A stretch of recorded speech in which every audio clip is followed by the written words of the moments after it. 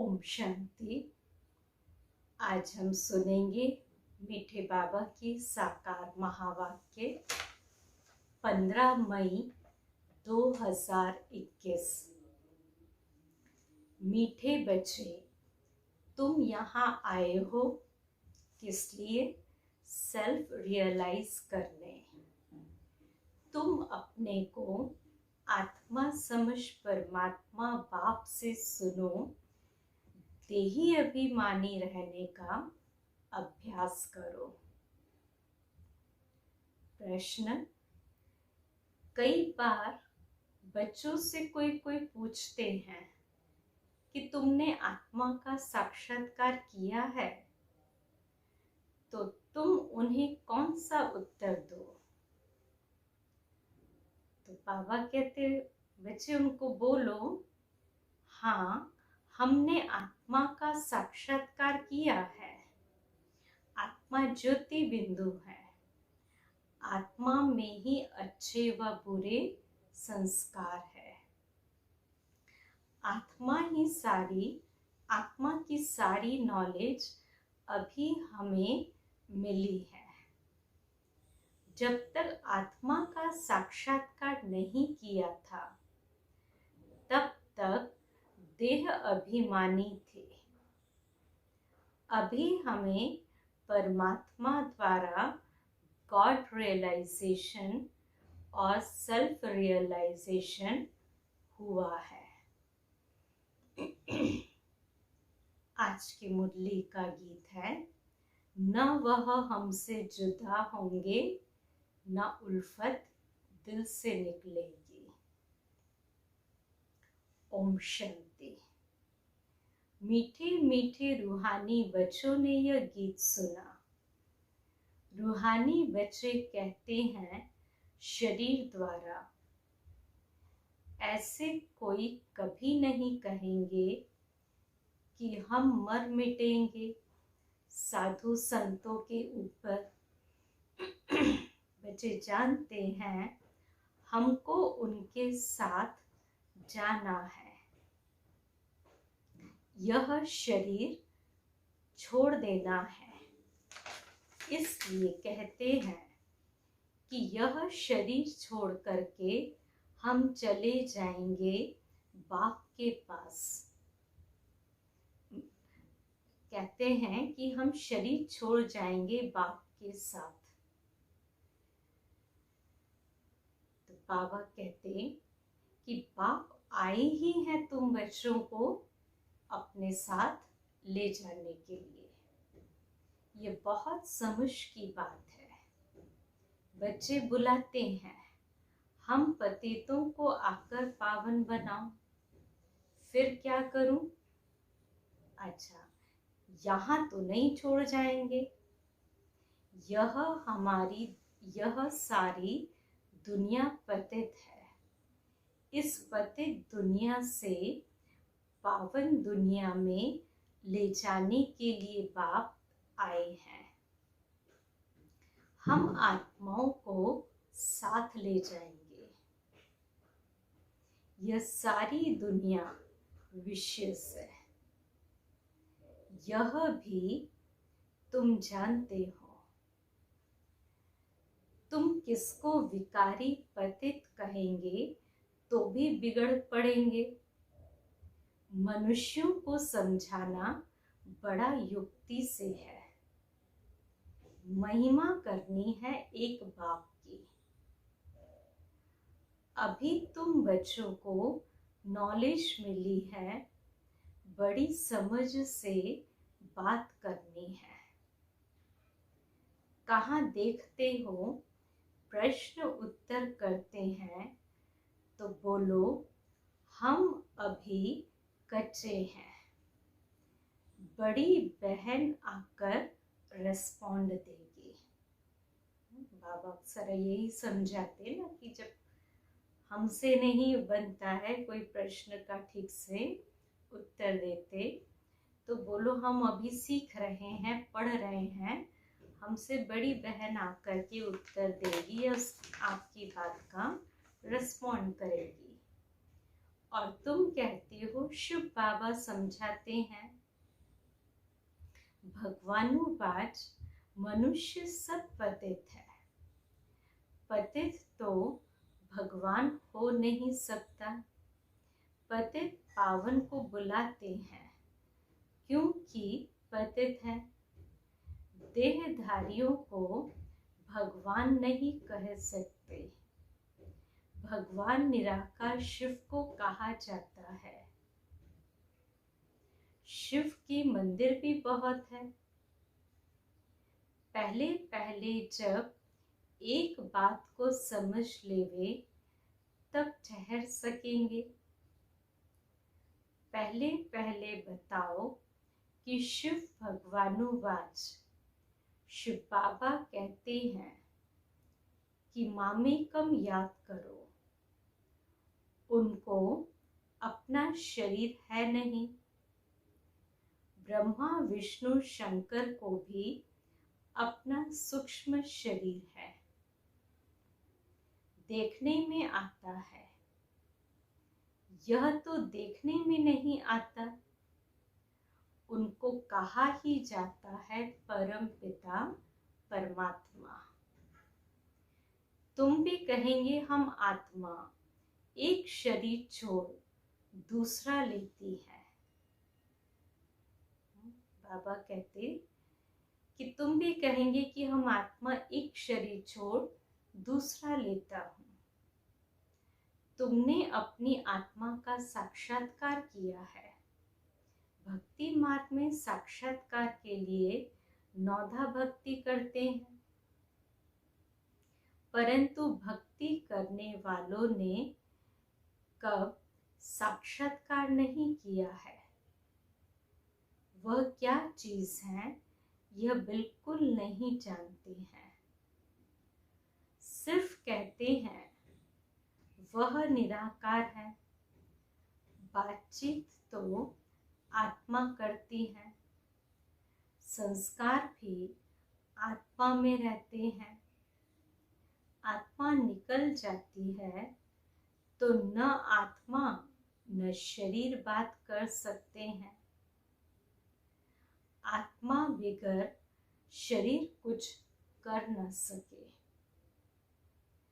पहले तो आत्मा को पहचानना है और बाप द्वारा ही बाप को पहचान सकेंगे।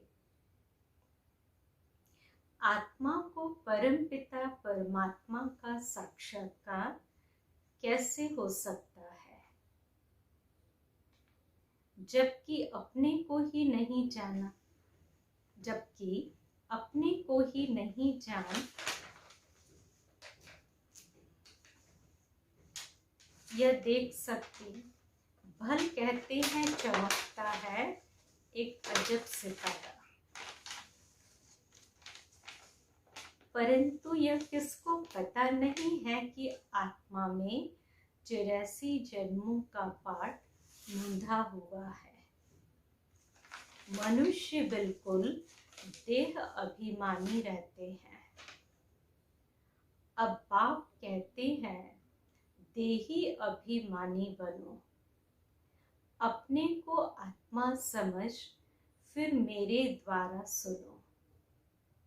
सुनने वाली आत्मा है। आत्मा को सुनाने वाला परमात्मा चाहिए। मनुष्य को समझाने वाला मनुष्य ही होगा। यह आत्मा का ज्ञान किसको है नहीं। इसलिए कहा जाता है पहले आत्मा को जानो, सेल्फ रियलाइज करो। आत्मा खुद ही कहती है। आत्मा को हम रियलाइज कैसे करें? यह थोड़ी किसको पता कि हमारी आत्मा में कैसे सारा पाठ भरा हुआ है। साधु सन्यासी आदि कोई बता न सके। बाप को ही आकर बच्चों को सेल्फ रियलाइज कराना पड़ता है। बाप कहते अपने को आत्मा समझ मुझ निराकार परम पिता परमात्मा से सुनो। आत्मा और परमात्मा जब मिले तब यह बातें हों। दुनिया को यह पता ही नहीं है कि परम पिता परमात्मा कब आएंगे, कैसे आकर समझाएंगे। न जानने के कारण मतभेद में आ जाते हैं। उन सबका मदार है शास्त्रों पर। आप कहते हैं उनसे न तुम मुझे रियलाइज कर सकेंगे, न अपने को रियलाइज कर सकेंगे। क्योंकि इतने मतभेद हैं, इतने मतांतर, तो बाबा कहते हैं रियलाइजेशन कैसे होगा। वह तो कह देते आत्मा सो परमात्मा। अब ऐसे कहने से क्या होता। हमको पतित से पावन कौन बनाएंगे, त्रिकालदर्शी कौन बनाएंगे। कोई भी आत्मा और परमात्मा का ज्ञान तो दे नहीं सकते। इसलिए तुम कहते हो जो आत्माएं अपने बाप को नहीं जानती है वह नास्तिक है। वो फिर कह देते कि जो भक्ति नहीं करते वह नास्तिक है। अब तुम बच्चे भक्ति तो करते नहीं हो। तुम्हारे पास चित्र बहुत अच्छे हैं, चित्रों पर ही समझाया जाता है। कोई ने वर्ल्ड के नक्शे देखे ही नहीं होंगे तो उनको क्या पता कि लंदन कहाँ है, अमेरिका कहाँ है। जब तक टीचर बैठ मैप पर समझाएं, इसलिए तुमने यह चित्र बनाए हैं, परंतु डिटेल में कोई समझ नहीं सकते। सूर्यवंशियों ने यह राजधानी कहाँ से ली, फिर चंद्रवंशियों ने कैसे ली। क्या सूर्यवंशियों से लड़ाई की। तुम समझते हो सबको वर्षा एक बाप से मिलता है। सूर्यवंशी चंद्रवंशी तो विश्व के मालिक हैं। दूसरा कोई धर्म ही नहीं होता है तो लड़ाई की बात ही नहीं। अभी तुम समझते हो हम विश्व के मालिक बनते हैं। ऐसे नहीं कि सूर्यवंशी से चंद्रवंशियों ने जीता व युद्ध चली। नहीं, अलग अलग घराना होता है। अब तुम्हारी बुद्धि में यह चित्रों की सारी नॉलेज है। स्कूल में भी स्टूडेंट पढ़ते हैं तो बुद्धि में सारी नॉलेज आ जाती है।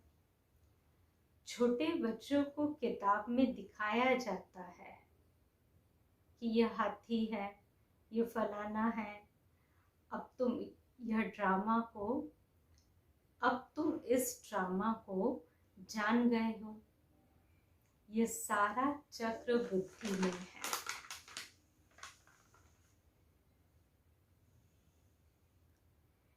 यह है सारी नई बातें और इन बातों को ब्राह्मण कुल ही समझेंगे। दूसरे तो बैठ फालतू डिबेट करेंगे। ऐसे भी नहीं कि सबको इकट्ठा समझाया जा सकता है। नहीं, अलग अलग समझाना होता है। कायदा भी है, पहले बाप को आत्मा को समझें, फिर क्लास में बैठे तो समझेंगे, नहीं तो समझ ही नहीं सकेंगे। संशय उठाते ही रहेंगे। तुमको समझाना है भगवान एक ही है, वह ऊंचते ऊंच है। देवताओं को भी भगवान नहीं कह सकेंगे, नहीं कह सकते। आत्मा का भी ज्ञान तुम बच्चों अब तुमको मिला है। कर्म का फल आत्मा ही भोगती है। आत्मा संस्कार आत्मा में ही रहते हैं। आत्मा सुनती है इन ऑर्गन्स के द्वारा। भगवान बाप एक है, वर्षा उनसे मिलता है। तो बाबा ने समझाया है, तुम अपने को आत्मा निश्चय करो और बाप से बुद्धि योग लगाओ। जन्म जन्मांतर भक्ति करते आए हो। हनुमान के भी पुजारी होंगे तो हनुमान को याद करेंगे। वह कृष्ण के पुजारी होंगे तो कृष्ण को याद करेंगे। अभी तुमको समझाया जाता है, तुम आत्मा हो, तुम्हारा परम पिता परमात्मा है। उनको याद करने से ही बाप का वर्षा मिलेगा। जो बाप है स्वर्ग का रचयिता, तो जरूर हम स्वर्ग में होने चाहिए। भारत स्वर्ग था, अभी तो स्वर्ग है नहीं जो राजाई हो। नर्क में तो रावण की राजाई है। हमारी राजधानी कैसे चली फिर नीचे उतरे, कुछ भी नहीं जानते। अभी तुम जानते हो, पुनर्जन्म लेते लेते हमको नीचे उतरना ही है। अब फिर बाप कहते हैं, मुझे याद करो तो तुम पावन बनेंगे, स्वर्ग का वर्षा मिलेगा। हम बाप के बनते हैं तो बाप का वर्षा मिलता है। परंतु जब तक तमो प्रधान से सतो प्रधान न बने, योग से पावन न बने, तब तक वर्षा मिल न सके। बाप कहते हैं, मुझे याद करने से तुम्हारे विकर्म विनाश होंगे, विकर्माजीत बनेंगे, यह गारंटी है। समझानी देनी पड़ती है। कोई समझेंगे, कोई तेज बुद्धि वाले होते हैं तो शोर मचाने लगते, कोई ना कोई विघ्न डालने वाले निकल पड़ते। कोई हंगामा करे तो बोलना चाहिए, एकांत में आकर समझो। अकेले में आओ तब समझाएंगे। यहाँ का कायदा है, 7 रोज भट्टी में रहकर समझना। बाबा कहते समझाओ, एकांत में बैठ के समझे। 7 रोज की भट्टी है, उसमें बैठकर एकांत में समझना है। बीच में कुछ भी बोलना नहीं, हंगामा नहीं।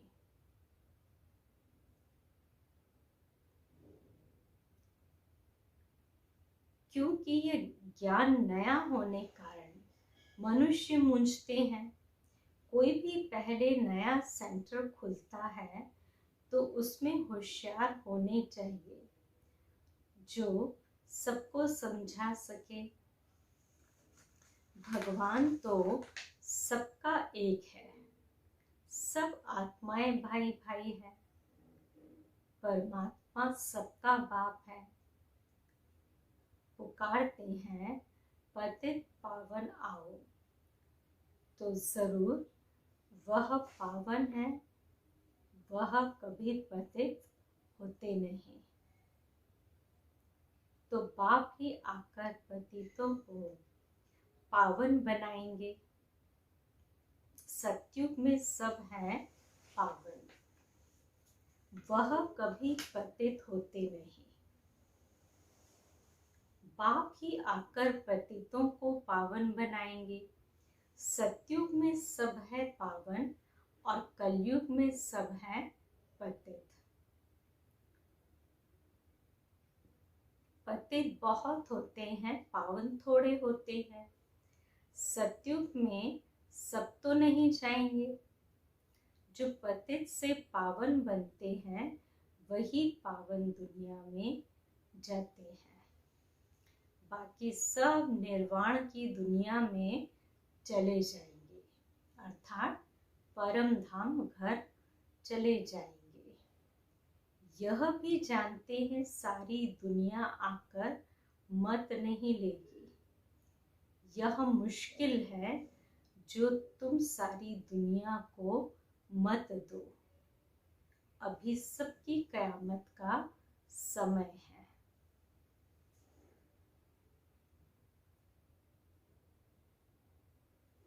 विनाश सबका होना है।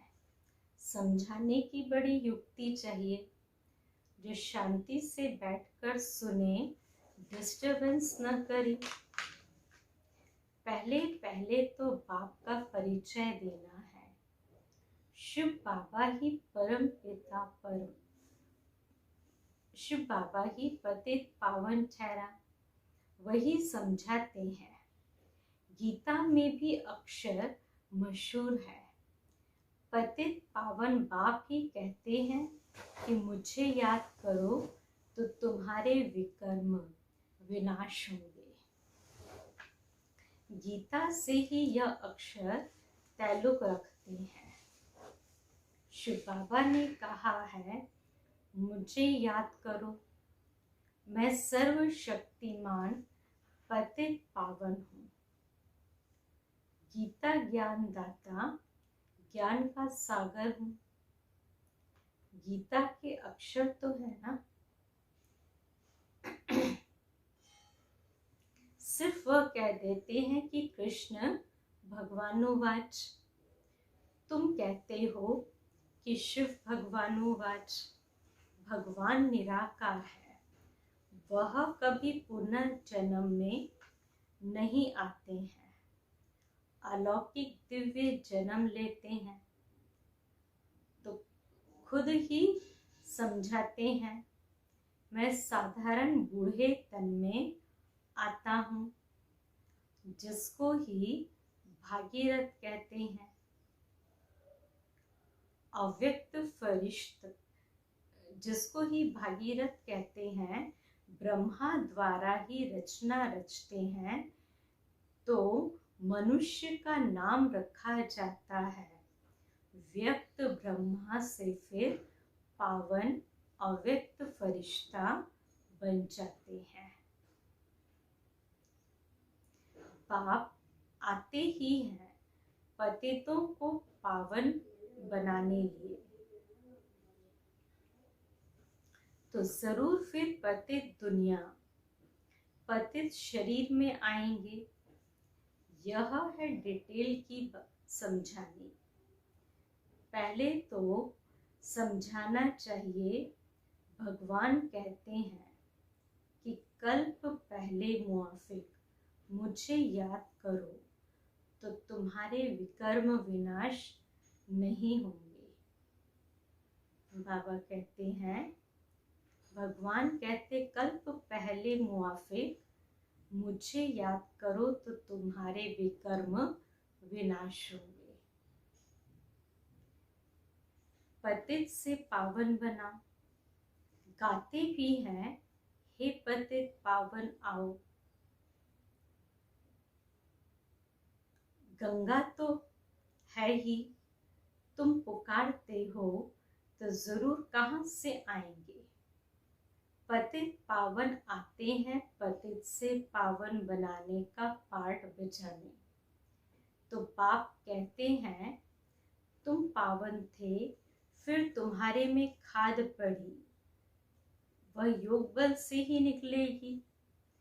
तुम पवित्र बन जाएंगे, फिर पावन दुनिया में ही आएंगे। पहले दुनिया का विनाश हो जाएगा, जो समझाया जाता है उसे अच्छी रीति धारण करना है।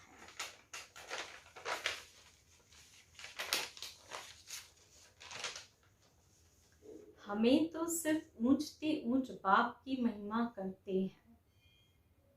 हम तो सिर्फ ऊंचते ऊंच बाप की महिमा करते हैं। बेहद का बाप समझाते हैं, तुम 84 जन्मों का पाठ बजाते बजाते कितने पतित बने हो। पहले पावन थे, अब पतित बने हो। फिर याद की यात्रा पर रहने से तुम पावन बन जाएंगे। भक्ति मार्ग से तुम सीढ़ी नीचे उतरते ही आए हो। यह तो बिल्कुल ही सहज बात है। यह तो बच्चों को बुद्धि में बैठना चाहिए। सवेरे उठकर विचार सागर मंथन करना चाहिए।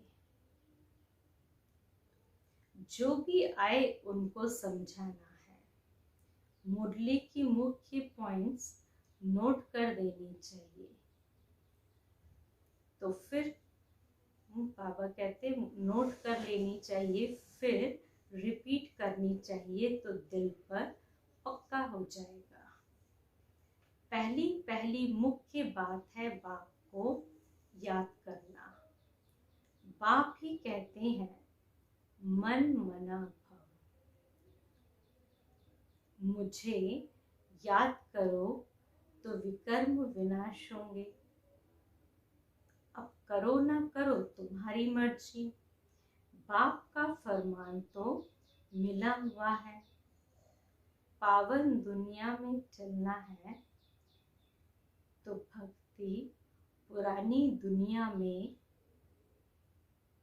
बाबा कहते हैं कि पावन दुनिया में चलना है तो फिर पतित दुनिया से पतित दुनिया में बुद्धि का योग नहीं जाना चाहिए। तो बाप का ये फरमान हम सब बच्चों के लिए है। किस बात का फरमान?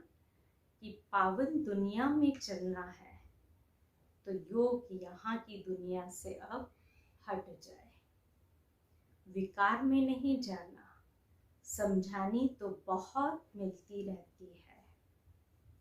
अच्छा, मीठे मीठे सिकिलते बच्चों प्रति माता पिता बाप दादा का याद प्यार और गुड मॉर्निंग।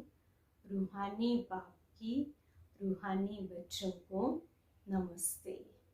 हम रूहानी बच्चों की रूहानी बाप दादा को याद प्यार, गुड मॉर्निंग और नमस्ते। धारणा की पॉइंट, सवेरे सवेरे उठकर विचार सागर मंथन करना है। बाप जो सुनाते हैं उसे नोट कर रिपीट करना है, दूसरों को सुनाना है। सबको पहले पहले बाप का ही परिचय देना है।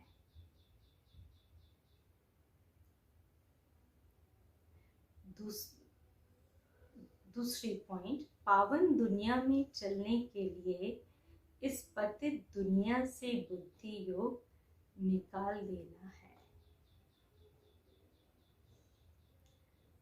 फिर आज का वरदान, मनसा के महादान द्वारा हर संकल्प की सिद्धि प्राप्त करने वाले मास्टर सर्वशक्तिवान भव। मनसा के महादान द्वारा हर संकल्प की सिद्धि प्राप्त करने वाले मास्टर सर्वशक्तिवान भव। हमारा हर संकल्प सिद्ध हो। तो उसके लिए जो बच्चे मनसा द्वारा शक्तियों का दान करते हैं उन्हें मास्टर सर्वशक्तिमान का वरदान प्राप्त हो जाता है। क्योंकि मनसा द्वारा शक्तियों का दान करने से संकल्प में इतनी शक्ति जमा हो जाती है जो संकल्प की सिद्धि प्राप्त होती है। बाबा कहते मनसा द्वारा शक्तियों का दान करने से संकल्प में इतनी शक्ति जमा हो जाती है जो हर संकल्प की सिद्धि प्राप्त होती है। वे अपने संकल्पों को जहाँ चाहे वहाँ 1 सेकंड में टिका सकती है। संकल्प उनके वश होते हैं। वे अपने संकल्पों पर विजयी होने के कारण चंचल संकल्प वाले को भी थोड़े समय के लिए अचल व शांत बना सकते हैं। बाबा ने मनसा शक्ति के लिए कहा कि उसका दान करते हैं तो उनको क्या कहेंगे, मास्टर सर्वशक्तिवान का वरदान प्राप्त है।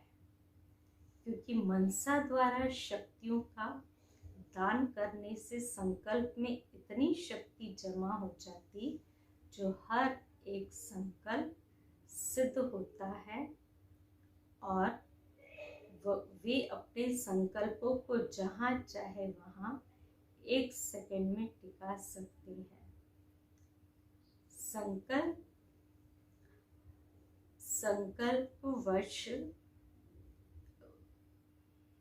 संकल्प उनके वश होते हैं तो वे अपने संकल्पों पर विजयी होने कारण चंचल संकल्प वाले भी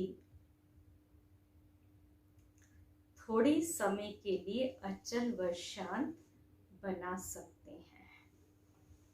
स्लोगन, निरंतर एक बाप के संग में रहो तो संग दोष से बच जाएंगे। क्योंकि श्रेष्ठ संग हमें बुरे संग से या संग के दोष से अवश्य बचाता ही है।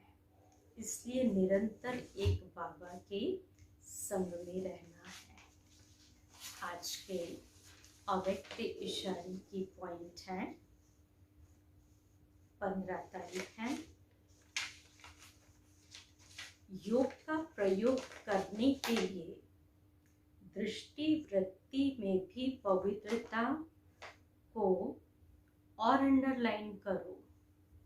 मूल फाउंडेशन अपने संकल्प को शुद्ध ज्ञान स्वरूप शक्ति स्वरूप बनाओ। कोई कितना भी भटकता हुआ परेशान दुख की लहर में आए, खुशी में रहना असंभव समझता हो, लेकिन आपके सामने आते ही आपकी मूर्त, आपकी वृत्ति, आपकी दृष्टि आत्मा को परिवर्तन कर देती है। तो यही है योग का प्रयोग। कौन सा? कि मेन चीज पवित्रता, जिससे कोई भटकता परेशान दुखों में आया है वो अपने आप को सामने आते ही आपकी मूर्त, आपकी वृत्ति, दृष्टि उसकी आत्मा को परिवर्तन कर दे। यह है योग का प्रयोग। अच्छा।